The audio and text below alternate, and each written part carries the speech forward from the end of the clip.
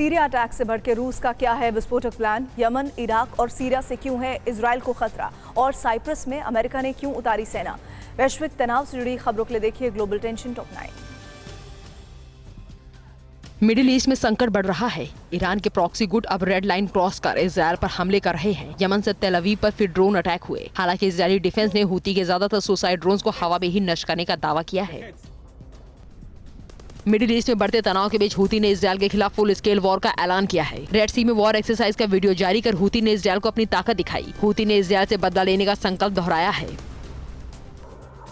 Iraq में ईरानी proxy America और Israel के खिलाफ बड़े हमले कर सकते हैं। बगदाद में अमेरिकन एम्बेसी पर हमले की आशंका है। इराक में सभी अमेरिकी बेस की सुरक्षा बढ़ा दी गई है। अमेरिका के इशारे पर इराक में इजराइल फिर स्ट्राइक कर सकता है।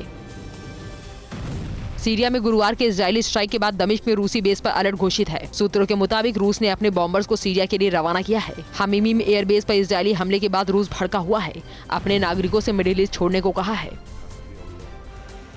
मिडिल ईस्ट में ईरान और रूस की जुगलबंदी से अमेरिका की बेचैनी बढ़ गई है। अमेरिका अब ब्रिटेन के साथ मिलकर भूमध्य सागर में सैन्य तैनाती बढ़ा रहा है। CNN की रिपोर्ट में ये बड़ा दावा किया गया है। इमरजेंसी हालात में अमेरिकी सेना का मूवमेंट साइप्रस से हो सकता है। ईरान के प्रॉक्सी गुटों को सबक सिखाने के लिए अमेरिकी वायुसेना वॉर अलर्ट मोड पर आ गई है। सभी अमेरिकी बेस की सुरक्षा बढ़ाने के निर्देश हैं। सूत्रों के मुताबिक मिडिल ईस्ट में अमेरिका वॉरशिप और फाइटर जेट का डिप्लॉयमेंट बढ़ा सकता है। महायुद्ध के खतरे को देखते हुए अमेरिका ने पूर्वी भूमध्य सागर, फारस की खाड़ी और रेड सी में 4 वॉरशिप उतारे हैं। इसके अलावा फाइटर जेट की 4 स्क्वाड्रन और 50,000 सैनिकों को उसने वॉर मोड पर रखा है। ईरान से हमले की सूरत में अमेरिका ने हमले की चेतावनी दी है। मिडिल ईस्ट में तनाव बढ़ने से बड़े पैमाने पर इवैक्यूएशन शुरू है। चीन, फ्रांस, जर्मनी, ग्रीस और भारत ने नागरिकों को लेबनान से निकालना शुरू कर दिया है। रूसी दूतावास के 60 लोगों के बाद बेरूत में 1800 जर्मन नागरिकों को निकाला जा रहा है।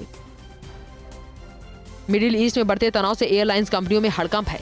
अमेरिका की डेल्टा और यूनाइटेड जैसी कंपनियां इस रूट पर सेवा देने से बच रही हैं। जर्मनी की लुफ्थांसा और डच एयरलाइन पिछले 24 घंटे में अपनी कई उड़ानें रद्द कर चुकी है।